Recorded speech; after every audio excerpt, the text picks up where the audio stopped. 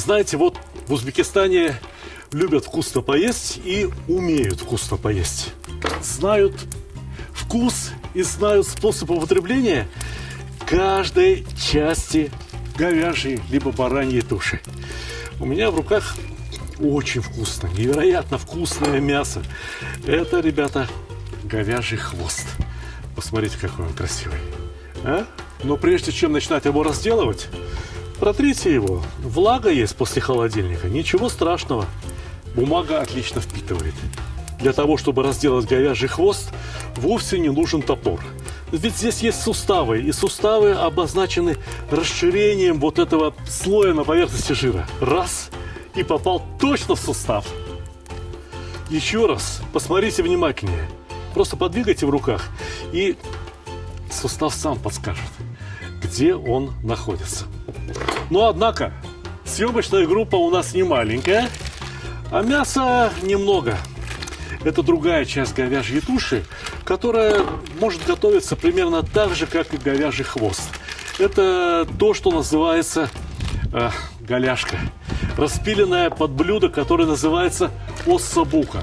Но готовить мы сегодня с вами будем вполне по-узбекски. Не на сковородочках и в кастрюльках, как готовят итальянцы, а в настоящем казане, на дровах. Протрите мясо бумажной салфеткой насухо, чтобы не было ни капельки влаги, иначе масло будет брызгаться. А масло потребуется, граммов, наверное, как минимум 200. Вы только посмотрите, вы только полюбуйтесь, какие куски мяса. Огромные, вот это, наверное, вообще целых полкило весит. Поэтому разогреваем масло как следует и обжариваем без лука при высоком огне, для того, чтобы мясо как следует прожарилось.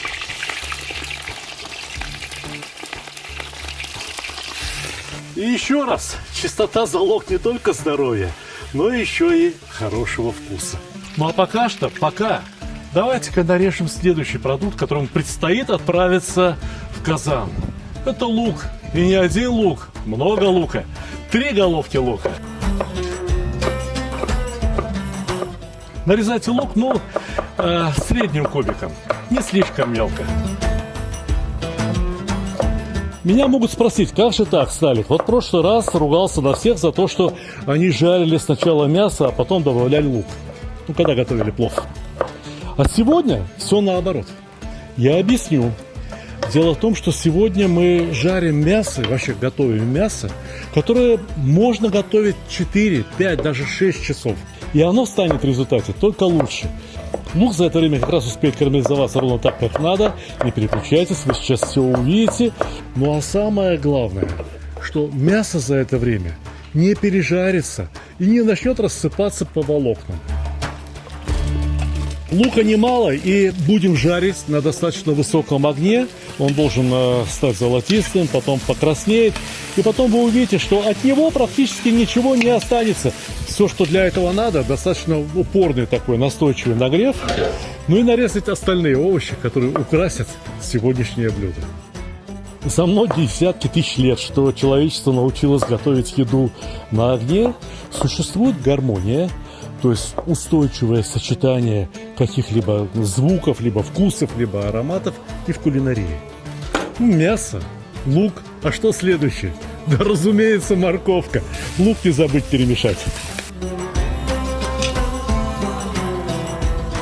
Морковку сегодня режем не как на плов, а вот такими кубиками. Примерно полсантиметра, сантиметра, не знаю, как получится, так и получится. На вкус это практически не влияет. Однако морковку закладывать не торопимся. Очень важно сначала хорошо пожарить не столько мясо, сколько сам лук. Но сегодня к стандартному узбекскому вкусовому аккорду, состоящему из мяса, лука и морковки, я хочу добавить еще один продукт, довольно ароматный, который называется сельдерей. Многие посчитают, что сельдерей это, скажем, такой овощ исключительно западный. Это не так. Я сегодня его покупал в магазине, в супермаркете. На нем было написано «Сельдерей, Иран». Если бы в Иране не знали, что такое сельдерей, и не умели бы им пользоваться, то, разумеется, и не выращивали бы. Вот здесь на его поверхности достаточно жесткие, прям практически как леска волокна. Я их срезаю обыкновенной овощечисткой. Сельдерей имеет достаточно яркий запах. И принцип тут такой: чем ярче, чем сильнее вкус либо аромат того или иного продукта, тем меньше его надо класть. Понимаете, представляете себе, да, какой оркестр у нас зазвучит из казана? Морковь, сельдерей, лук, разумеется, мясо и чеснок. Лучше, конечно, раздавить и порубить. Раз, и выскочил зубчик из шелухи. Чеснок будет жариться, достаточно долго, поэтому неважно, насколько мелко вы его порубили. Порубили вот так, да и ладно. А еще, не все знают, что очень вкусно к луку добавить петрушку. Получается очень вкусно. Один раз попробуйте. И вообще скажите, я вам хоть раз в жизни давал невкусные советы? Нет, только вкусные и очень вкусные. Сейчас самое время добавить вот этой прекрасной желтенькой приправы, которая называется куркума. Буквально на кончике ножа.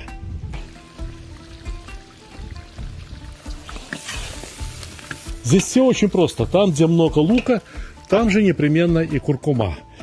Но почему бы не добавить еще и лимон? Добавить лимон целиком, все будет горчить. А если взять умеренное количество именно цедры, вот этой желтенькой части, и добавить вместе с петрушкой и чесноком. А лимон еще пригодится. Вот все, просто совсем все у нас выглядит очень органично. За остроту кто отвечает? Еда должна бодрить, еда должна создавать соответствующее настроение. Возьмем-ка немного красного перца. Он умеренной жгучести.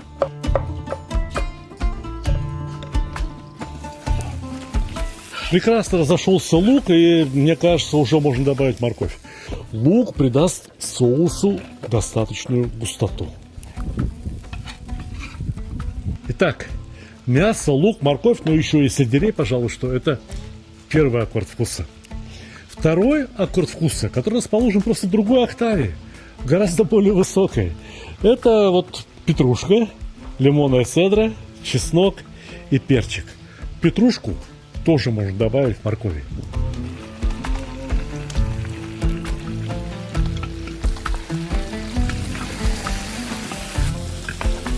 Красиво. К этому еще немного светлой, яркой зелени. И пусть жарится. А для тушения необходима влага. Можно, конечно, взять вино какое-нибудь налить туда. Как-то это не по-нашему. Поэтому у нас есть, во-первых, чистая вода, в которую можно взять, да и выдавить немного лимонного сока.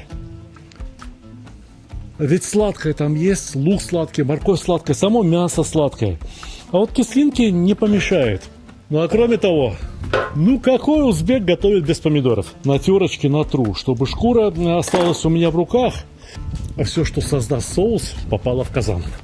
Мякоть от томатов и сок — это прекрасно. А вот эта шкура между зубов — ничего хорошего. Мы выходим на финал. Заливаем томаты, перемешиваем и добавляем воду с лимонным соком. Для того, чтобы мясо протушилось как следует.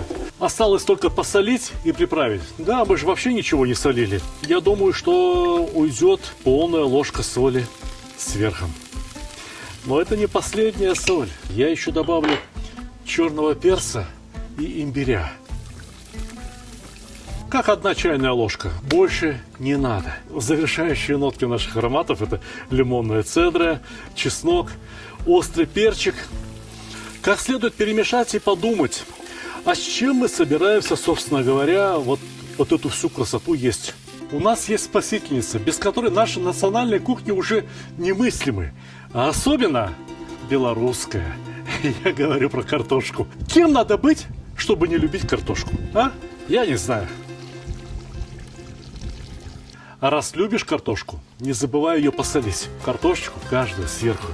Аккуратненько щепоткой соли присолите. Вот теперь дрова следует закладывать очень аккуратно. Самое главное, чтобы внутри казана побулькивало. Его нужно прикрыть крышкой и оставить на добрых 1,5-2 часа. Вы скоро все сами увидите. А пока что посмотрите коротенькую рекламу. Дорогие друзья, во-первых, мои книги всегда можно купить на сайте stalih.ru. Мы их отлично упаковываем, доставляем, и при желании покупателям я могу поставить какой-то личный автограф. Но еще мои книги можно купить на сайте megamarket.ru. Я внизу дам ссылку обязательно. Почему удобно покупать на сайте Мегамаркет? Во-первых, там сейчас проходит колоссальная акция. 31% кэшбэка.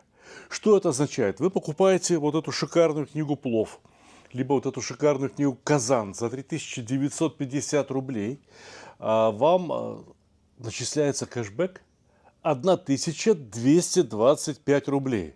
Понимаете? Ну, посмотрите, просто шикарно. 543 рубля за недорогую книжку «Мангал». Недорогая, но очень полезная. И так далее. Книжка «Сталих Видеобук» никогда не продавалась ни в каких маркетплейсах, а теперь продается на сайте Мегамаркета. И кэшбэк 1178 рублей. Но это еще не все. Некоторые люди ухитряются покупать мои книги. Знаете, за сколько? Вот посмотрите. Человек купил книжку «Мангал» и заплатил всего лишь навсего 18 рублей. Кто-то купил книжку «Плов» и заплатил 40 рублей. Но вот эти люди, вот они уже получили, доставлено покупателям, здесь написано, вот эти книги уже получили люди. «Счастье кулинара», «Сталих Видеобук», «Плов. Кулинарные исследования». Они заплатили, знаете, сколько? 0 рублей. Каким образом? Если вы пользуетесь карточками Сбера, то там начисляются особые бонусы. Сбер спасибо. И многие не знают, как их потратить. Значит, заходите на сайт Мегамаркета, ищите кулинарные книги Сталика Ханкишиева. Потом я вас отдельно хочу попросить. Значит, вот здесь есть возможность выбрать среди продавцов. Выбирайте Сталих Ханкишиев. Значит, почему это необходимо сделать? Дело в том, что очень многие какие-то магазины продолжают торговать моими книгами, но это остатки книг, которые кочевали со склада на склад и неизвестно в каком состоянии. У меня книжечки новые, отлично упакованные, вы получите и будете очень рады. Итак, по Сбер спасибо можно получить даже бесплатно, либо заплатить столько, сколько вам удобно. Можно получить огромный кэшбэк 31%. И кроме того, шикарный выбор для подарка, да и просто для себя любимого. Я много-много раз говорил вам, что используйте все органы чувств и чувство времени. Посмотрите, видите, как легко входит нож. Но при этом мясо еще не отпадает от костей. Вот сейчас еще есть что пожевать. Давайте разложим.